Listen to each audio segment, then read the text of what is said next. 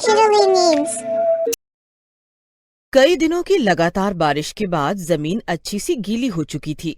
ये देखकर किसानों के चेहरे पर खुशी की लहर थी, क्योंकि धूप निकलने के बाद कई दिन बाद किसान अपने खेतों में सब्जी लगाने की तैयारी अब कर सकते थे।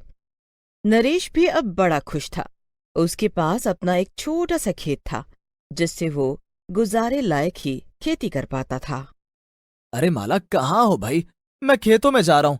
सब्जी लगाने का ये बिल्कुल सही समय है। सोच रहा हूँ कि फूल गोभी के पौधे लगा देता हूँ। फसल भी जल्दी तैयार हो जाती है और दाम भी अच्छे मिल जाते हैं। जैसा तुम्हें ठीक लगे देख लो। जाते समय गोभी का पौधा खरीद ले जाऊंगा। कुछ पैसे हों तो दो। ठीक है, देती हूँ। क्या हुआ, तुम इतनी उदास क्यों लग रही हो? न ढंग से जवाब दे रही हो। थोड़ी सी जमीन पर थोड़ी सी सब्जी लगती है, वही बेचकर जो पैसे आते हैं उसी से घर चलता है। इस तरह कब तक चलता रहेगा? दोनों बच्चे अब जवान हो रहे हैं, उनके खर्चे बढ़ रहे हैं। मुझे अच्छा नहीं लगता जब वो कोई चीज मांगते हैं और हर बार मैं उन्हें कोई न कोई बहाना कर मना कर देती हूँ। सुनो जी, हमारी जिंदगी तो कट गई, लेकिन बच्चों के लिए हमें कुछ और सोचना ही पड़ेगा। कोशिश तो कर रहा हूँ, और इससे ज्यादा क्या करूँ? 12 महीने खेत में कुछ ना कुछ लगाकर रखने की कोशिश करता हूँ, ताकि कभी खाली हाथ ना बैठना पड़े। अब क्या बताऊं, आज बच्चों के टीचर ने 500 ट्यूशन के मंगवाए थे, वो मैंने उन्हें दे दिए।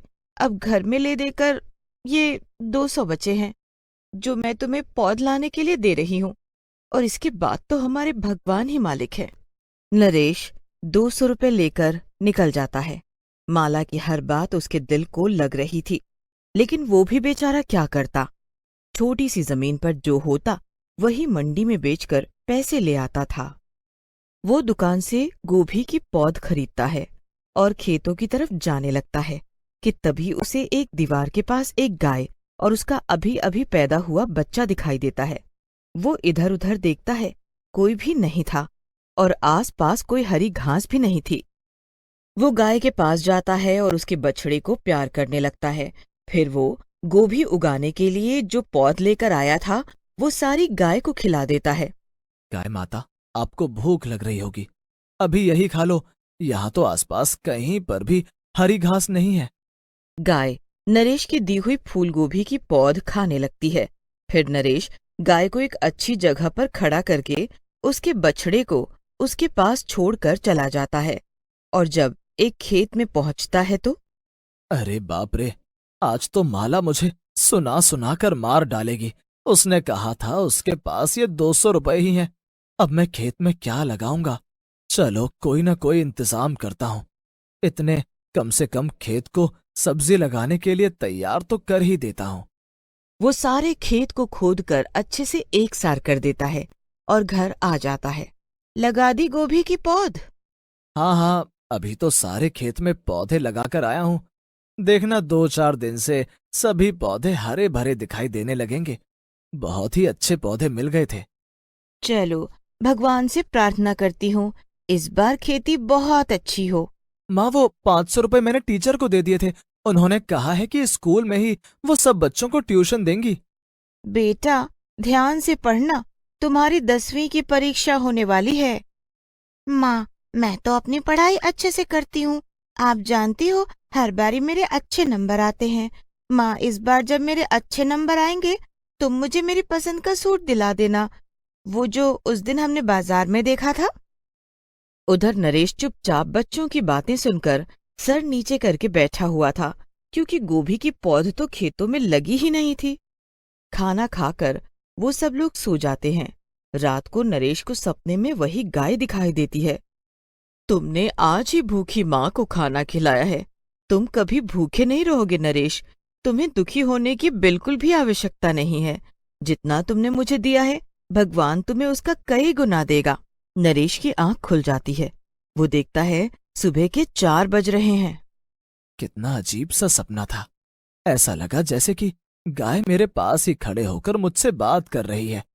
कई गुना तो मुझे पता नहीं, लेकिन आज कहीं ना कहीं से पैसों का इंतजाम करके गोभी के पौधे तो लाने ही होंगे, वरना माला को पता चल गया तो घर में कलेश रुकेगा नहीं। सुबह बच्चों को स्कूल के जाने के बाद नरेश जैसे ही घर से निकलने लगा, उसके पड़ोस में रहने वाला रामू आता है। नरेश, चल हम दोनों एक साथ चलते हैं, बाजार से पौधे लेकर खेतों में लगा देते हैं। मैंने भी सोच लिया है, गोभी की फसल ही लगाऊंगा। रामू के ऐसा बोलते ही नरेश को सांप सूंघ जाता है। वो माला की तरफ देखता है। माला हैरानी से नरेश की तरफ देखती है। रामू भैया, इन्होंने तो कल ही पौध लगा दी थी खेतों में। हाँ हाँ, मैंने तो कल ही लगा दी थी। इशारे से नरेश रामू को चुप रहने के लिए बोलता है। रामू को तो कोई माजरा समझ नहीं आ रहा था। वो चुपचाप बाहर चला जाता है। रामू भैया क्या कह रहे थे? अरे कुछ नहीं, बस मैं खेतों की तरफ जा रहा हूँ। वो बाहर आ जाता है, फिर रामू को सारी बात बता देता है। फिर तो तुम बाल बाल बच गए भैया। अगर भौजाई को पता चल जाता तो आज तो तुम्हें रोटी भी नहीं मिलती। फिर रामू पौध लेने चला जाता है। नरेश के पास पैसे नहीं थे तो वो खेतों की तरफ निकल जाता है और खेतों में जाकर वो हैरान हो जाता है कि उसके सारे खेत में गोभी की पौध लगी हुई थी और जो अच्छी खासी लहरा रही थी। मैं कोई सपना तो नहीं देख रहा हूँ। मेरा खेत तो खाली था, ये गोभी के पौधे कहाँ से लग गए? ये मेरा ही खेत है ना? मुझे अपनी आंखों पर यकीन क्यों नहीं हो रहा है? तभी रामू भी वहां आ जाता है और खेत को देखकर, नरेश, तूने कब पौधे लगा लिए भाई? भाई मेरे, मुझे भी समझ नहीं आ रहा कि ये पौधे मेरे खेत में कैसे लग गए। नरेश और रामू हैरानी से खेत को देख रहे थे। फिर रामू अपने खेतों में चला जाता है और नरेश अपने खेतों में लगी हुई पौध को देख रहा था। ये तो कोई चमत्कार ही लग रहा है। चलो, ये भी अच्छा हुआ। अब कम से कम मुझे माला को कोई जवाब तो नहीं देना पड़ेगा। शाम को नरेश घर आ जाता है, पर वह माला से कुछ नहीं कहता। अगले दिन जब वह खेतों में जाता है तो और भी हैरान हो जाता है। सारे खेत में गोभी की फसल लगी हुई थी। वह खेत में नजर डालता है, तभी उसे एक फूल गोभी बहुत ही चमकदार नजर आती है। वह हैरान सा उसके पास जाता है तो देखता है कि वह तो सचमुच में चमक रही है। हैरान हो रहे हो? मैं जादुई फूल गोभी हूँ। मैं इन सब की रानी हूँ। जैसे मैं कहती हूँ वैसे ही यह गोभी छोटे बड़े आकार की हो जाती है। ये सब मेरे साथ क्या हो रहा है? मुझे तो कुछ भी समझ में नहीं आ रहा। खुद ही खुद मेरे खेत में पौधे लग जाते हैं, गोभी के फूल बड़े हो जाते हैं। तुम जादुई फूल गोभी मेरे खेत में? मुझे तो कुछ समझ में नहीं आ रहा। यह तुम्हारी नेकी का फल है। एक भूखी माँ को तुमने खाना खिलाया था, उसी के आशीर्वाद से आज तुम्हारे खेतों में इतनी पैदावार हुई है। अब तुम्हें कोई परेशानी नहीं होगी।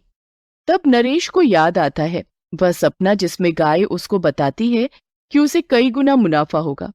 फिर जादुई फूल गोभी नरेश को कहती है कि उसे अपने घर ले चलो, और बाकी गोभी के फूल को नरेश जैसे ही पौधे से हटाता है वहां पर एक और गोभी का फूल लग जाता है। यह देखकर नरेश खुश हो जाता है। तुम्हारे खेतों में अब इस तरह ही फूल गोभी टूटने के बाद फिर से खुद लग जाएगी। तुम रोज बाजार में गोभी के फूल बेच सकते हो। मेरे पास तो तुम्हें धन्यवाद करने के लिए शब्द ही नहीं है। मेरी तो की गरीबी दूर हो जाएगी। नरेश खुशी खुशी सारी गोभी के फूल मंडी में बेच देता है और उस जादुई गोभी के फूल को लेकर घर आ जाता है। अरे, इस मौसम में गोभी कहाँ से ले आए? गोभी की फसल आने में तो अभी पूरे 3 महीने पड़े हैं। तुम 3 महीने की बात कर रही हो? ये लो पकड़ो पैसे। हमारे खेतों में भरपूर गोभी लगी है। मैं आज ही उन्हें मंडी में ऊंचे दाम पर बेचकर आया हूँ, क्योंकि ये मौसम गोभी का नहीं है, इसलिए दाम भी अच्छे मिले। भांग वांग पीकर आए हो क्या? और जिसको तुम गोभी कह रही हो, तुम्हें पता है ये जादुई फूल गोभी है और मैंने कोई भी भांग नहीं पी रखी। ये सब तो भगवान का चमत्कार है, उनका आशीर्वाद है। क्यों बेचारी को परेशान कर रहे हो? मैं बताती हूँ माला। मैं हूँ जादुई फूल गोभी और मैंने जादू से पूरे खेत में फूल गोभी की फसल तैयार कर दी है और ये सब नरेश को उसके अच्छे कर्मों के फल की वजह से ही मिल रहा है। फिर जादुई फूल गोभी सब कुछ बता देती है। ये सुनकर माला को नरेश पर बड़ा गर्व होता है कि उसने एक भूखी माँ को खाना खिलाया। अब जादुई फूल गोभी की वजह से नरेश के घर की काया ही पलट जाती है। नरेश के पास बड़ा सा घर हो जाता है। उसके आंगन में 2-2 गाय बंध जाती है। खेतों से रोज भरपूर गोभी उतरती है और वो उन्हें मंडी में बेचकर पैसे लाता है। माला और बच्चों के पास अच्छे अच्छे कपड़े हो जाते हैं। माला के पास सुंदर गहने हो जाते हैं।